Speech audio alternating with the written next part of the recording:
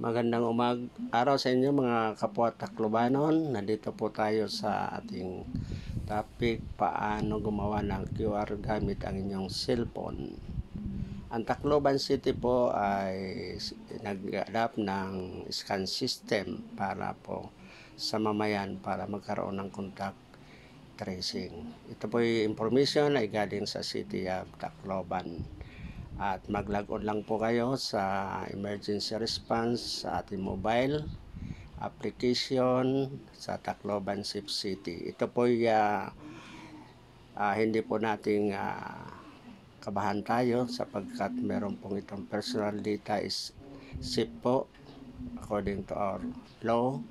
Unang gagawin natin ay mag-registered po tayo dito sa www.safetycitytacloban.gov.ph at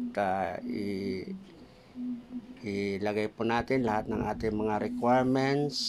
Una-una, naka-load tayo sa internet at gamit po natin ang ating Android phone at ating mga tablet. Kung hindi po tablet ang gamit natin na cellphone o yung mga iPhone, iOS, ay kailangan po natin. At ang system requirements po ay Android up to Android 6 to 7, 10 megapixel ang kanyang resolution sa camera.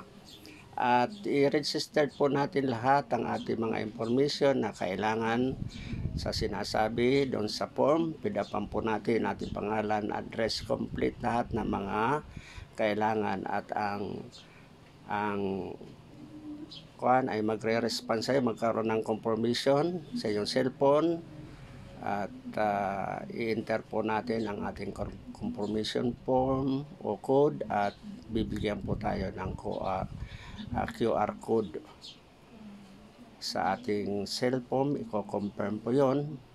At ang pangalawang option ay mag-register po tayo sa ating mga barangay at bibigyan po tayo ng COVID-19 scan card na mayroon QR code. Ito po yung mga hindi mo nakapag-register sa internet or through cellphone.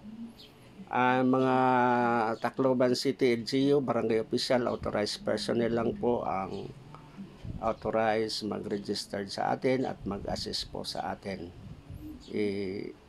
Bigay po natin lahat ng information natin sa kanila at sila na magre-register sa atin at magkakaroon na po tayo ng code. Yung mga outside Tacloban, pwede sila mag-register sa mga checkpoint or online, through online. At ganon din, i-fill up lahat ng mga information doon sa kailangan. At hindi pwede gamitin ng dalawang tao ang QR code o ang scan card. Isang tao lang po ang pwedeng gumamit. Isang QR code, isang tao lang. At no QR code, no ID, no entry. So lahat ng mga QR code o ID o card ay kailangan ilagay po sa mga entrance. Natatagpuan natin to sa entrance ng mga building, sa government agencies, business establishment, mga churches, at iba pa mga institution ng gobyerno, mga government agencies, pupunta tayo, border checkpoint, airport, lahat ng mga establishmento na pupunta natin tulad ng mga kasimbahanan, establishment at iba pa mga barangay hall, even mga school, establishment, agencies, business establishment, kailangan po natin ang QR code. No QR code, no entry.